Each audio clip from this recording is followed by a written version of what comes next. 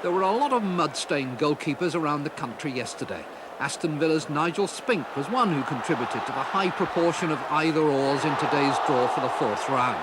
Villa were away to Blackburn Rovers. They're the team in blue and white, and Spink made a vigorous contribution to a tie full of incident and excitement. Daly.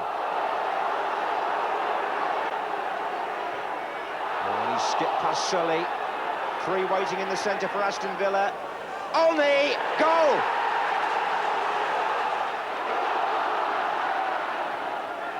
And Spink, oh! A goal! But what's the referee given? Spink dropped it, Sellers collided with him, and a free kick was given. Stapleton, goal! Blackburn have equalised.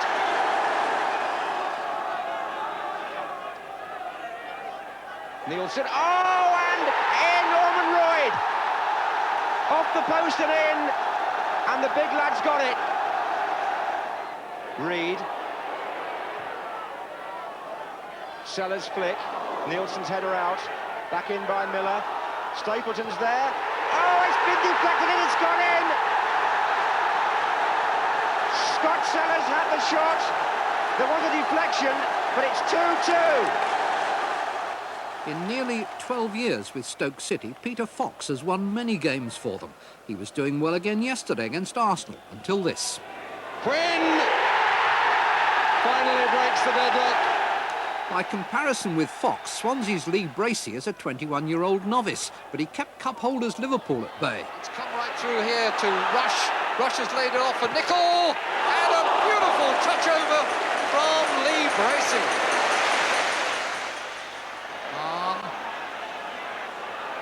And McMahon had kept running and could make it. Bracey got his body in the way and was entitled to the luck the second time. Last year, it was Sutton United. This year, it was Northampton. Steve Berry came in at the near post. Out went Coventry City. Shock of the round victims for the second successive season.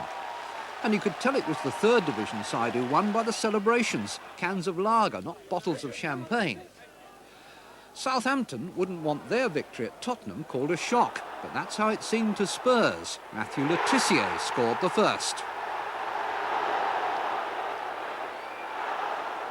Barry Horn made it 2-0.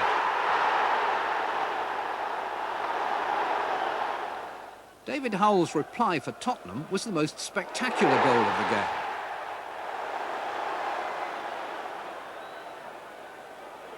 But after Bobby Mims had saved Le Tissier's header, Rod Wallace sealed it for the Saints.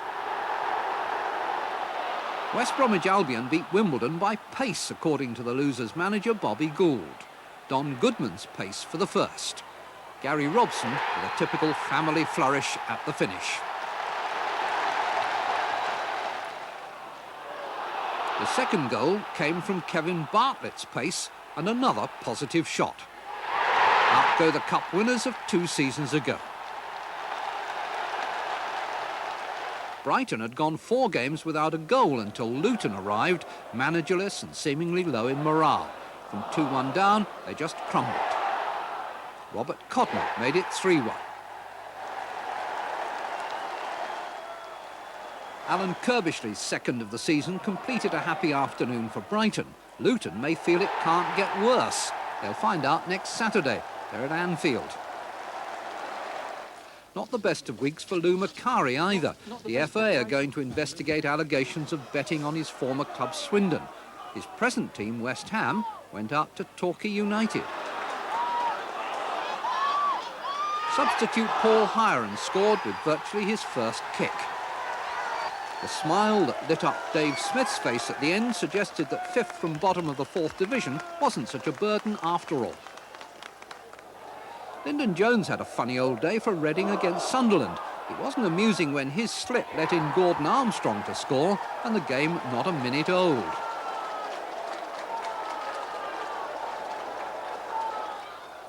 But an hour later, along came Jones to equalise. It was nearly 10 months since he'd last scored, but having remembered how, he waited no more than 5 minutes to do it again.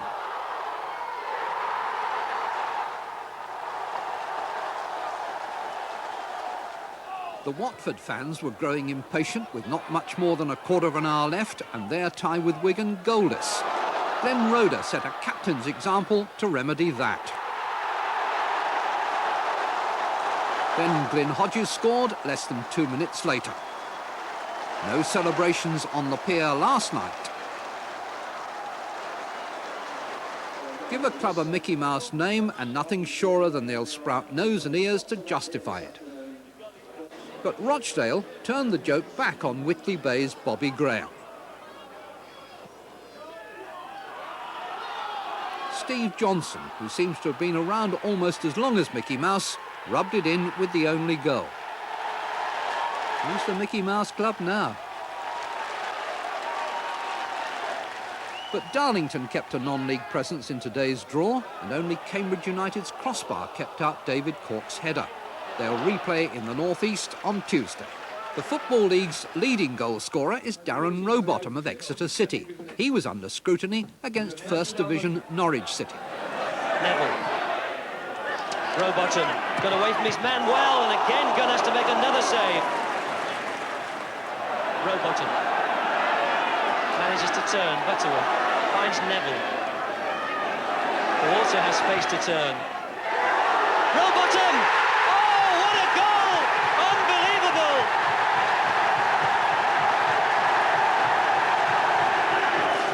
Well, now, what can Norwich produce in these last 4.5 minutes?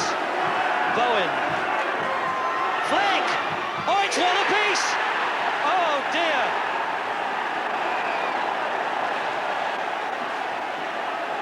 Miller looks in dismay, and what a disappointment that is for the home team. Chase for Robbins. He's a calm lad, is Steve Sutton. Orlickson. Kept in by Martin. Hughes, he's got a lot of room. And here's Robbins. And did it get the deflection? Was it Robbins or Pearce? I think it may well have been the fullback. But Robbins for sure will claim it. Well kept in here by Martin. Hughes had more room than probably at any stage in the match. Just played it in. Robbins was unmarked. Pearce tried to come in on the far side. Definitely the goal scored by Robbins. The challenge was slightly from behind by Pearce. And really, Forest were totally asleep. Hughes was given room, and Robbins, the scorer, was not marked. 3 minutes left. Well, 2 of the matches this afternoon have ended 1-1. Leighton. Jemson! And maybe this one will too. No, the referee is going to disallow it. But he's certainly being surrounded by United players, and a free kick has been given.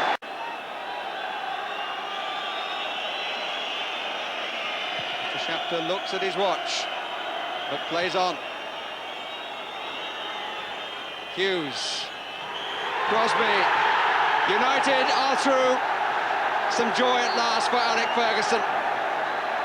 The 1 goal scored by Mark Robbins in the 56th minute. There's a smile on the face of the United manager and on the faithful supporters. And disappointment again for Brian Clough.